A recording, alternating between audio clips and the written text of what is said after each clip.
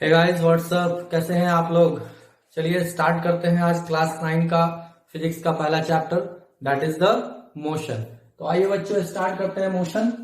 तो सबसे पहले मोशन में हम जानते हैं कि मोशन क्या होता है। ओके, तो मोशन क्या होता है कि यदि इस तरीके से मैं अस्थिर हूं, रेस्ट पोजीशन में जैसे रुका हुआ हूं, नो एक्शन इन बॉडी, तो आप लोग कहेंगे कि sir you are in rest.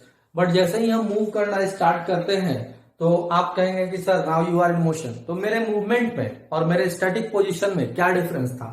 तो मेरे मूवमेंट में है कि मैं टाइम टू टाइम अपना पोजीशन क्या कर रहा हूं, चेंज कर रहा हूं। बट जब मैं रेस्ट में था तो टाइम टू टाइम मेरा पोजीशन क्या हो रहा था बच्चों, चेंज नहीं हो रहा था। ठीक है, पर जब मैं मूवमेंट में हूं तो मैं टाइम टू टाइम मेरा पोजीशन चेंज होता है। तो जब मूवमेंट में था तो time to time position change हो रहा है एंड दैट इज मोशन। तो मोशन को कैसे डिफाइन करते हैं बच्चों, तो इसको सिंपल भाषा में हम कह सकते हैं कि रेट ऑफ चेंज ऑफ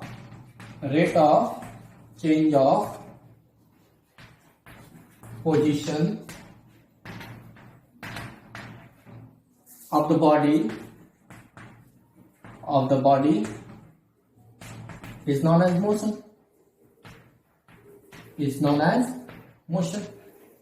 जी बिल्कुल सही है ये।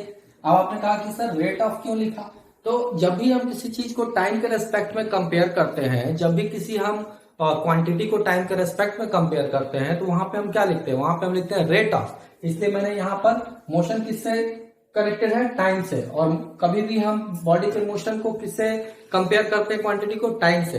तो इसलिए यहाँ पे मैंने लिखा रेट ऑफ। तो rate of change of position of the body is known as motion. तो मोशन को यदि बच्चों में एम से इंडिकेट करता हूं तो एम इज इक्वल टू आपका क्या हो जाएगा, पोजीशन बाई टाइम, यानी कि rate of change of position, and this is motion. ठीक है बच्चों, okay. Motion is equal to rate of change of position of the body. Rate of change of position of the body is known as motion. Okay okay, चलिए अब देख लेते हैं कि types of motion. Motion के types कितने हैं। तो यदि मैं टाइप्स ऑफ मोशन की बात करूं, टाइप्स ऑफ मोशन, ठीक है। तो टाइप्स ऑफ मोशन में हमारे पास सबसे फर्स्ट में लीनियर मोशन,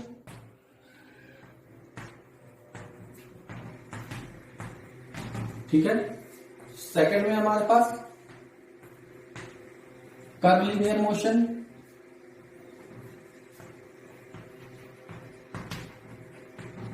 थर्ड है हमारे पास that is the circular motion,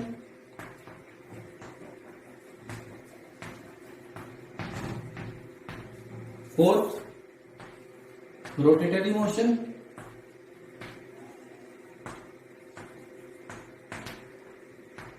और फिफ्थ है दैट इज वाइब्रेटरी मोशन।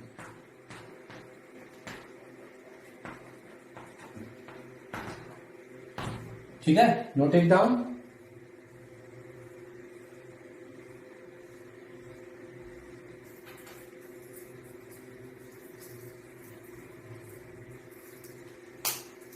हो गया, ओके। अब चलो एक एक करके मोशन को हम लोग डिस्कस करते हैं। लीनियर मोशन क्या है, तो when body travels on straight path, when body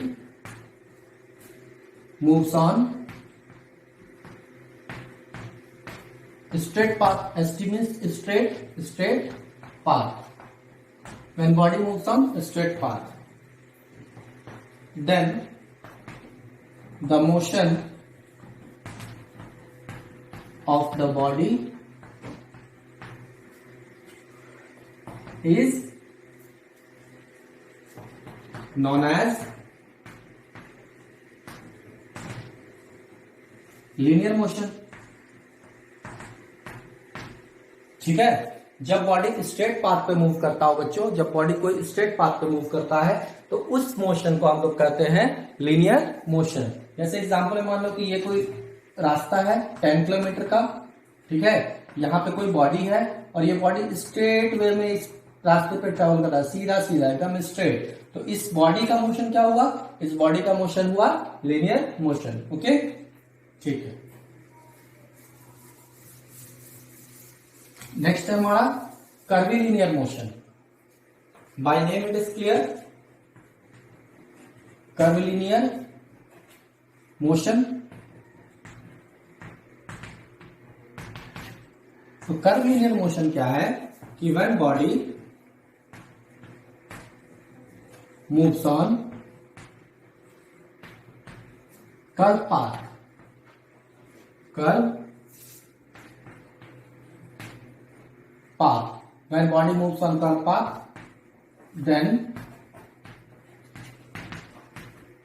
motion of body is known as curvilinear motion. ठीक है, ओके। जैसे एग्जांपल कोई जिगजैग पाथ है ऐसे, तो इस पाथ पे यदि कोई बॉडी मोशन करेगा तो वो कैसा मोशन होगा? Yes, curvilinear motion. मान लो इस तरीके का रास्ता है, कर्व टाइप का, ऐसे पाथ पे जब कोई बॉडी मूव करेगा तो उसे क्या कहेंगे? कर्वीलिनियर मोशन, क्योंकि ये सीधा नहीं है, कर्व है। तो जब बॉडी कर्व पाथ पे मूव करता है तो उसे हम कहते हैं curvilinear motion. Okay okay.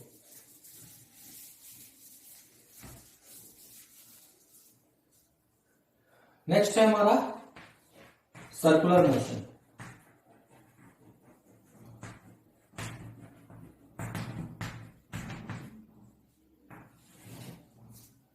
Circular motion में व्हेन, आप लोगों ने इमेजिन कर लिया होगा, when body travels on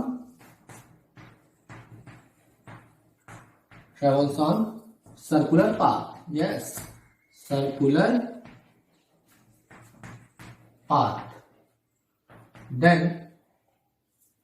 motion of the body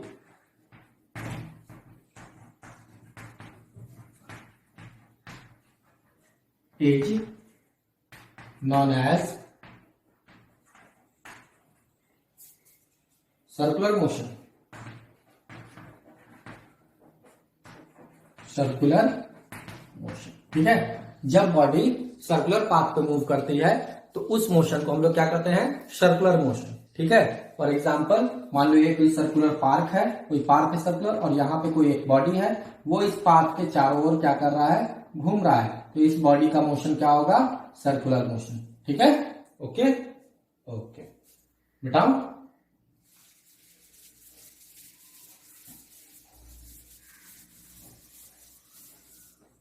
next है हमारा रोटेटरी मोशन। रोटेटरी मोशन, ठीक है, ओके। तो रोटेटरी मोशन क्या है कि when body moves on it's own axis, yes, own axis, then motion of the body is known as rotatory motion, ठीक है। जब बॉडी अपने ही एक्सिस पे मूव करता है तो उसी तरह के बॉडी के मोशन को हम क्या कहते हैं? Rotatory motion. आप लोगों ने लट्टू देखा होगा, लट्टू घूमता है, लट्टू के नीचे एक पतली सी लोहे की कील होती है, वो लट्टू उसी कील पर राउंड राउंड मूव करता है, तो वो कील उसकी एक्सिस हो गई और वो अपनी ही एक्सिस पर क्या कर रहा है? मूव कर रहा है राउंड राउंड। तो इस तरीके के मोशन को बच्चों हम लोग कहते हैं रोटेटरी मोशन, ठीक है। ये आपका लट्टू हो गया और ये कील है, इस कील पर ही ये लट्टू क्या होगा? राउंड राउंड मूव करेगा। तो जब ये राउंड राउंड मूव करेगा तो इस पूरे लट्टू के मोशन को हम लोग क्या कहेंगे? रोटेटरी मोशन, ठीक है, ओके। बताओ, ठीक है।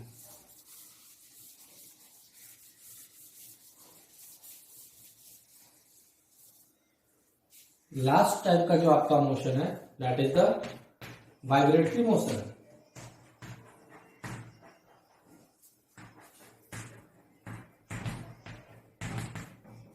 तो when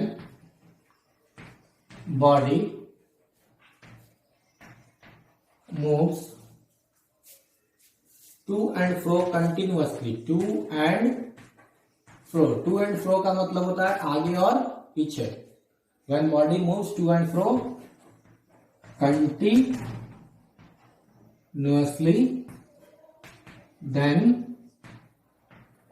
motion of the body is known as vibratory motion।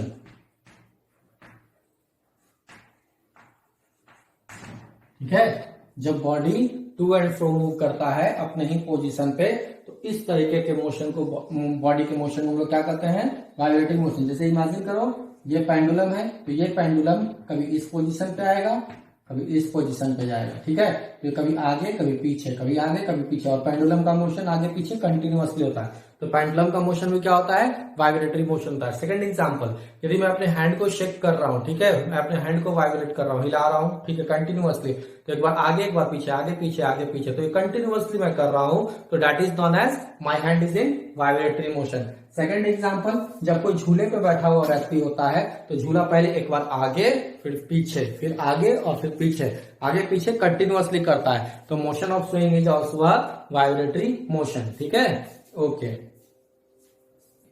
बताओ।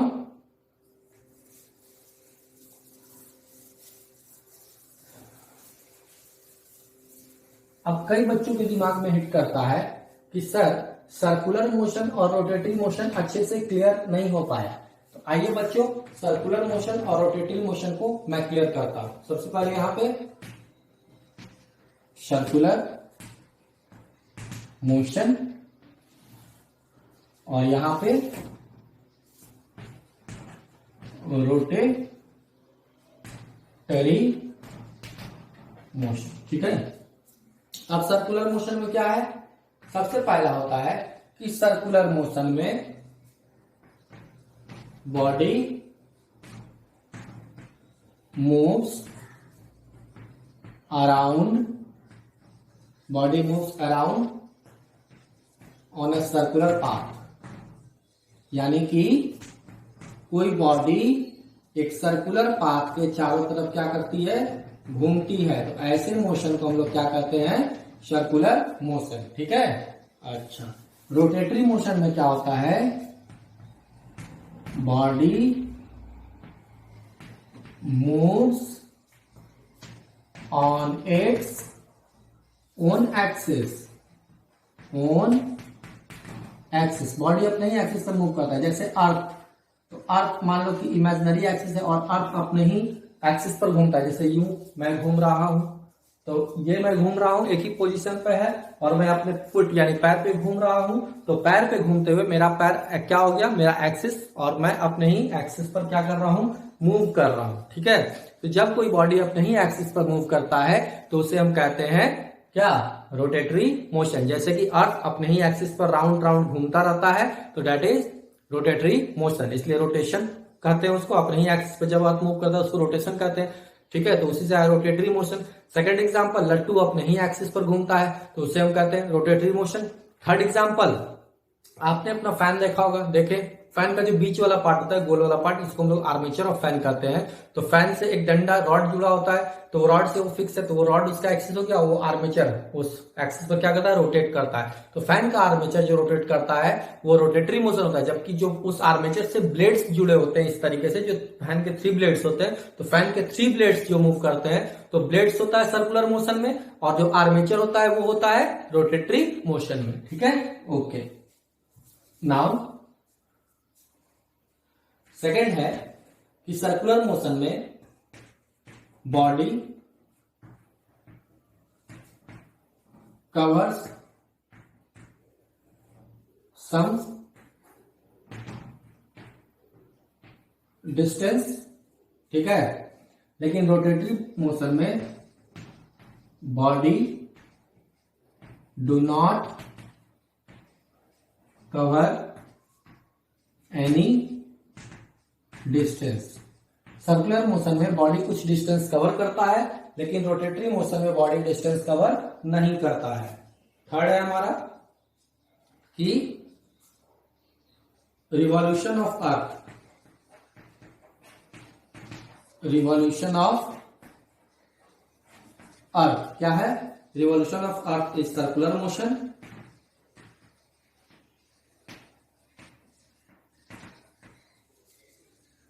लेकिन यहां पे रोटेशन ऑफ अर्थ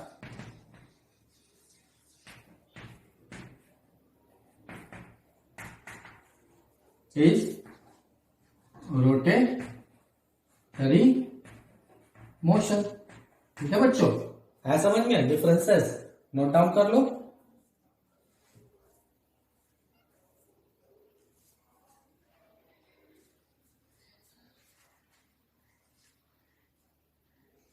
हो गया? ओके।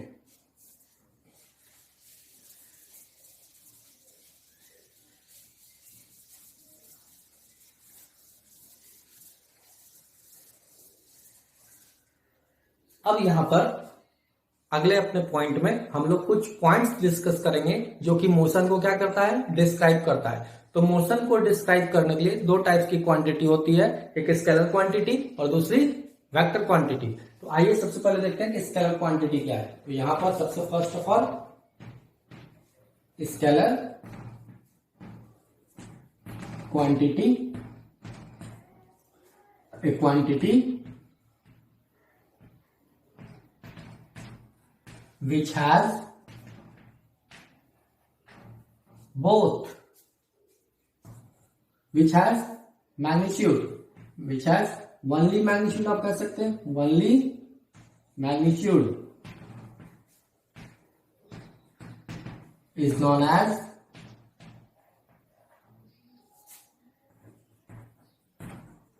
Scalar quantity. ठीक है, अब यहां मैग्नीट्यूड की बात है, तो मैग्नीट्यूड क्या होता है?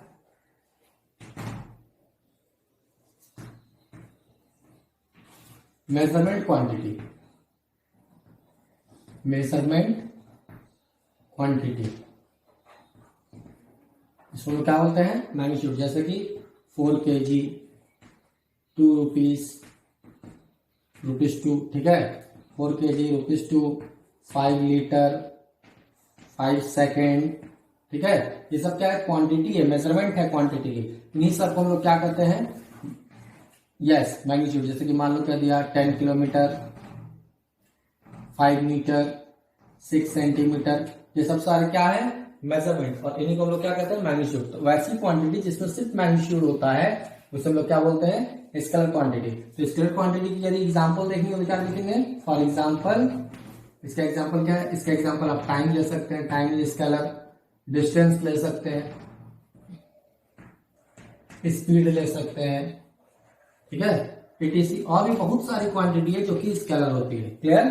तो वैसी क्वांटिटी जिसमें सिर्फ मैग्नीट्यूड होता है, quantity which has only magnitude is known as scalar quantity. ठीक है, नोट डाउन कर ले। Okay,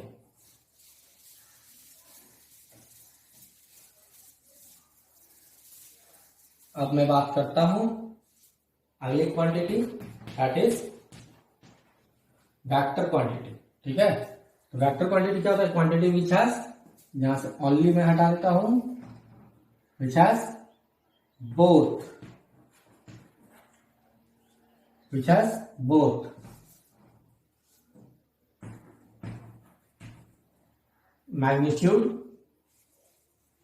as well as direction, both magnitude as well as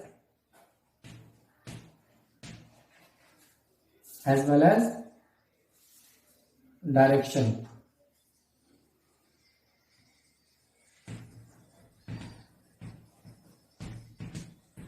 A quantity which has both magnitude as well as direction is known as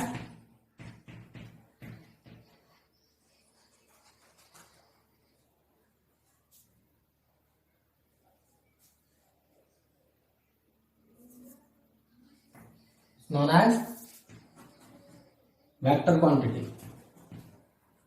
vector quantity. ठीक है बच्चों, ऐसी quantity जिसमें कि मैग्नीट्यूड भी हो और डायरेक्शन भी बताए, मानी कि वो क्वांटिटी मैग्नीट्यूड के साथ साथ डायरेक्शन भी बताती हो, ऐसी क्वांटिटी को हम लोग क्या कहते हैं, vector quantity. For example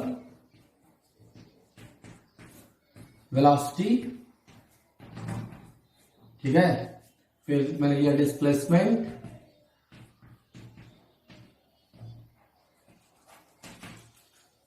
acceleration,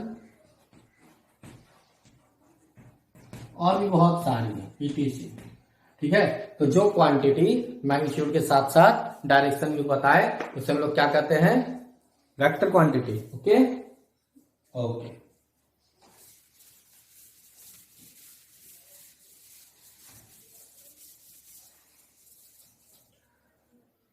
next है हमारा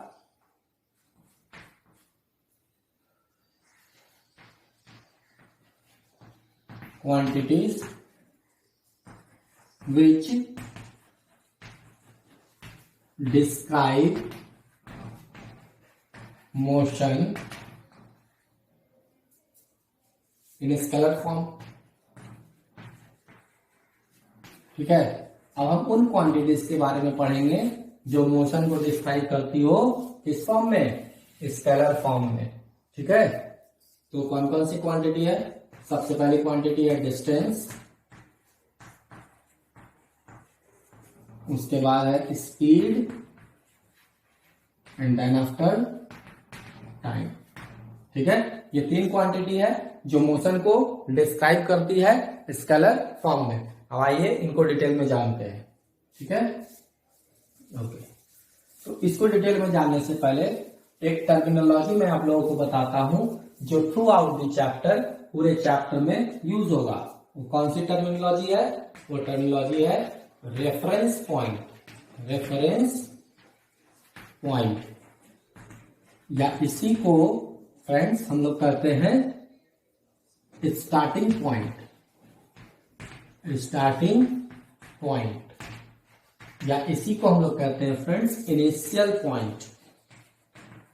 इनिशियल पॉइंट, या इसी को हम लोग कहते हैं friends origin.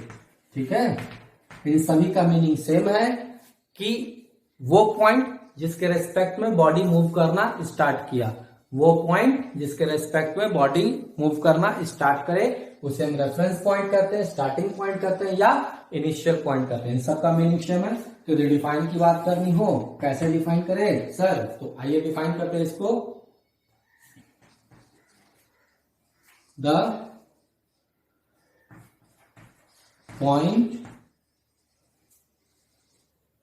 point respect to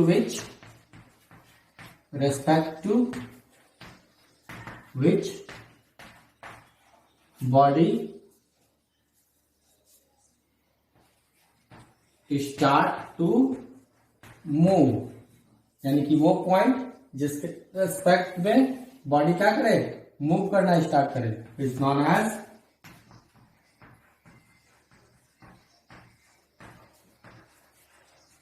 reference starting,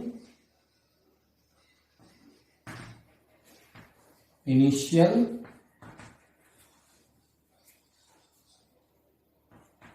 origin, point, या पोजीशन भी कहते हैं। पॉइंट या पोजीशन। फॉर एग्जांपल देखो, मान लो ये कोई पाथ है, ये ए पॉइंट है, ये बी पॉइंट है। यदि ये बॉडी यहां है और यहां के रेस्पेक्ट में इधर मूव करना स्टार्ट करेगा तो reference point, starting point, origin या इनिशियल पॉइंट कौन होगा, पॉइंट ए। और यदि ये बॉडी, यहाँ पे दूसरा लाइन लेते हैं, ये पॉइंट ए है, ये पॉइंट बी है, और यदि ये बॉडी यहां पे हो और ये बॉडी बी से ए की तरफ मूव करना स्टार्ट करे, ठीक है, उस केस में रेफरेंस पॉइंट, स्टार्टिंग पॉइंट या इनिशियल पॉइंट क्या होगा, बी होगा। Okay, note it down.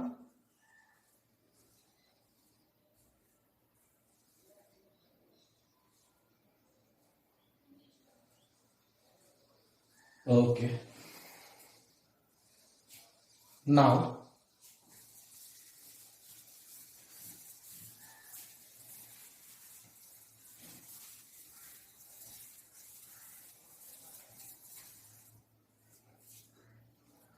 अब हम लोग पढ़ेंगे डिस्टेंस।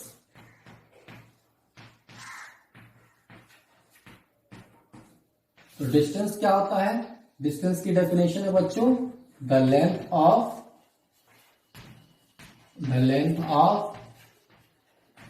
एक्चुअल पाथ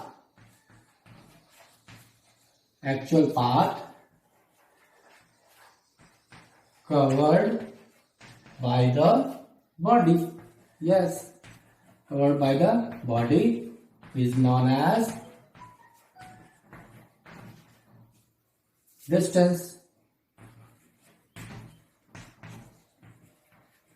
तो डिस्टेंस क्या है? लेंथ ऑफ एक्चुअल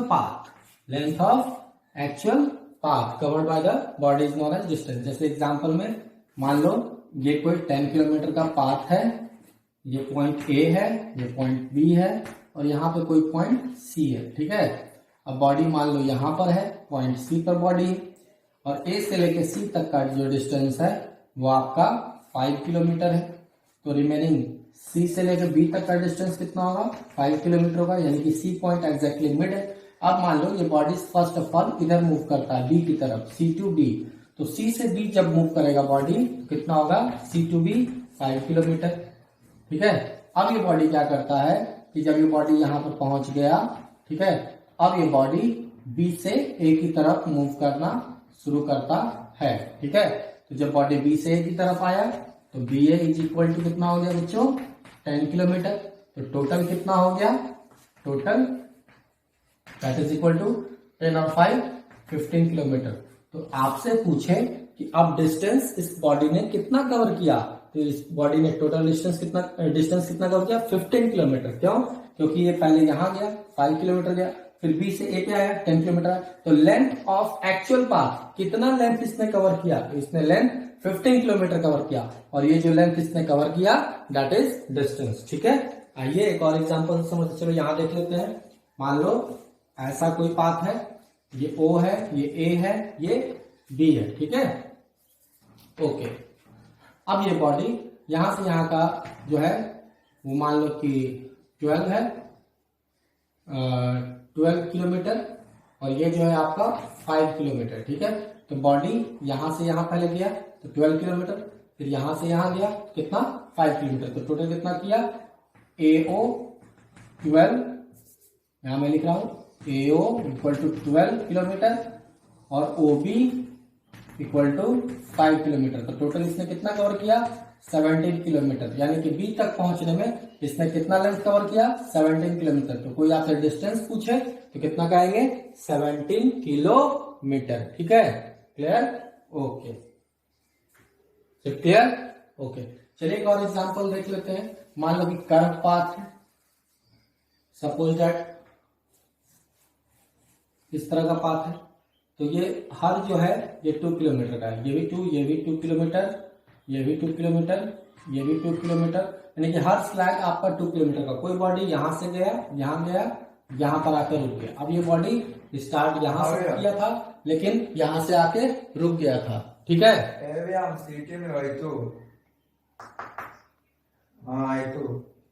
ठीक है, ओके. तो क्या करेंगे? 2 किलोमीटर, तो इसको ऐड कर देंगे. 2 to 4 to 6 और 2 8. तो टोटल कितना गया बॉडी? 8 किलोमीटर. और 8 किलोमीटर इसका क्या है? डिस्टेंस है. ठीक है, 8 किलोमीटर क्या है? डिस्टेंस. क्लियर? नोट डाउन कर लो.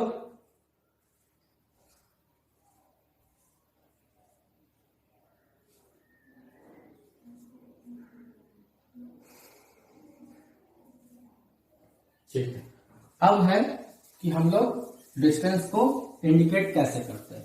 तो डिस्टेंस को हम लोग इंडिकेट करते हैं डी से. डिस्टेंस को कैसे इंडिकेट करेंगे? डी से. ठीक है, इसकी एसआई यूनिट क्या होती है? एसआई यूनिट इसकी होती है मीटर. ठीक है, ओके, क्लियर है? ठीक.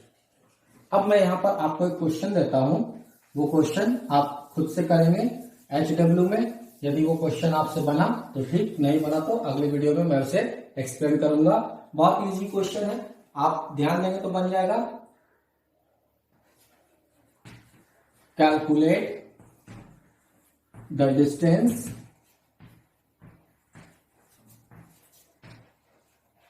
covered by the body if body moves 3 round, body moves 3 round of circular path. ठीक है, ये बहुत ही आसान क्वेश्चन है। आप लोग अपनी मेमोरी पर प्रेशर डालेंगे तो बहुत आसानी से बन जाएगा। थोड़ा बहुत सोचना है, लॉजिकल क्वेश्चन है, बन जाएगा। यदि नहीं बनता है डोंट वरी, मैं अपने वीडियो में इसका आंसर आपको एक्सप्लेन करूंगा। ठीक है, ओके। चलिए अब हम देखते हैं अपना नेक्स्ट क्वांटिटी। नोट डाउन कर लो। Okay,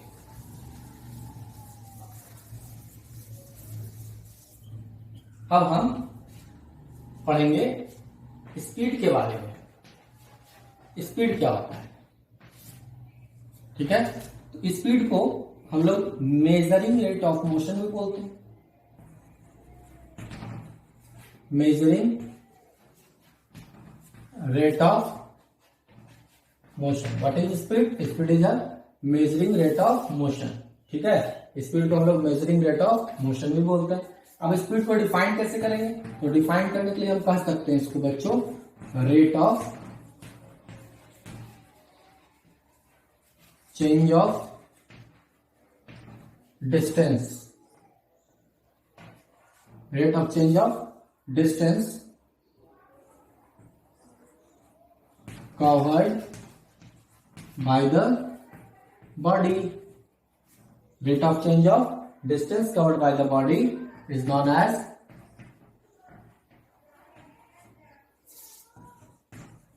speed. यस, तो मैथमेटिकली इंफॉर्मेशन कैसे लिखेंगे?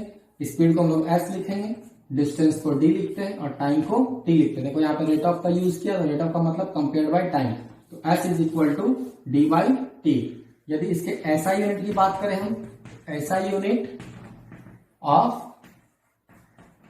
स्पीड इज इक्वल्स टू कितना? Metre per second. या तो आप ऐसे लिखो या आप ऐसे भी इसे लिख सकते हैं, metre second inverse. Clear? SI unit of speed is equal to metre per second और मीटर सेकेंड इनवर्स। ठीक है, तो what is speed? Speed is the measuring rate of motion. तो rate of change of distance covered by the body is known as speed and SI unit of speed is metre per second और metre second inverse. Note down करो।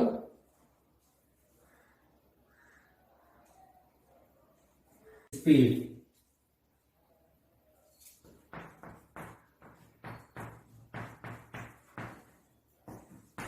Types of speed. तो types of speed कितने हैं? तो आइए देखते हैं बच्चों। सबसे पहला आपका आता है यूनिफॉर्म स्पीड। Uniform speed. दूसरा आपका आता है नॉन यूनिफॉर्म। नॉन यूनिफॉर्म या इसी को हम लोग कहते हैं वेरिएबल स्पीड। ठीक है, तीसरा है आपका एवरेज स्पीड। चौथा है आपका